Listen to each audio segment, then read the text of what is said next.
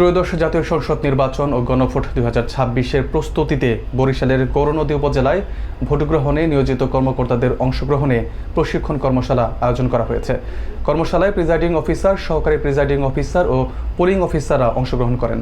সুষ্ঠু, অবাধ ও নিরপেক্ষ ভোটগ্রহণ কার্যক্রম পরিচালনার বিষয় নিয়ে বিস্তারিত আলোচনা করা হয়। মোহাম্মদ সিফাত হোসেন সাগরের প্রতিবেদনে থাকছে বিস্তারিত। বরিশালের গৌরনদী উপজেলায় ত্রয়োদশ জাতীয় সংসদ নির্বাচন ও গণভোট 2026-এর প্রস্তুতির অংশ হিসেবে ভোটগ্রহণে নিয়োজিত কর্মকর্তাদের জন্য এক প্রশিক্ষণ কর্মশালা অনুষ্ঠিত হয়েছে।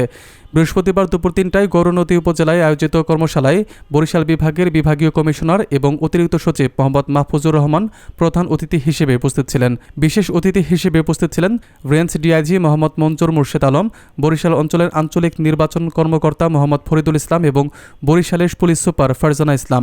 কর্মশালায় বরিশাল জেলার জেলা প্রশাসক এবং রিটার্নিং অফিসার মোহাম্মদ খায়রুল আলম সুমন, গৌরনদী উপজেলা নির্বাহী কর্মকর্তা মোহাম্মদ ইব্রাহিম আগত অতিথিদের ফুল দিয়ে স্বাগত জানান। সহকারী কমিশনার মোহাম্মদ মেহেদি হাসানও উপস্থিত ছিলেন। প্রশিক্ষণে প্রিজাইডিং অফিসার, সহকারী প্রিজাইডিং অফিসার এবং পোলিং অফিসাররা অংশ নেন। এতে ভোটগ্রহণের সুষ্ঠু, অবাধ ও নিরপেক্ষ কার্যক্রম পরিচালনার বিভিন্ন বিষয় নিয়ে বিস্তারিত আলোচনা করা হয়। কর্মকর্তাদের দায়িত্ব ও কর্তব্য সম্পর্কে সচেতন করা হয়, যাতে নির্বাচনী দিন ভোটারদের অধিকার সুরক্ষিত থাকে এবং ভোটের সঠিক প্রক্রিয়া নিশ্চিত করা যায়।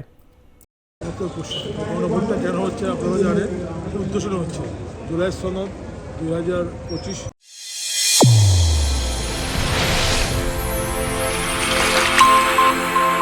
চ্যানেল A1 হৃদয়ের স্পন্দন।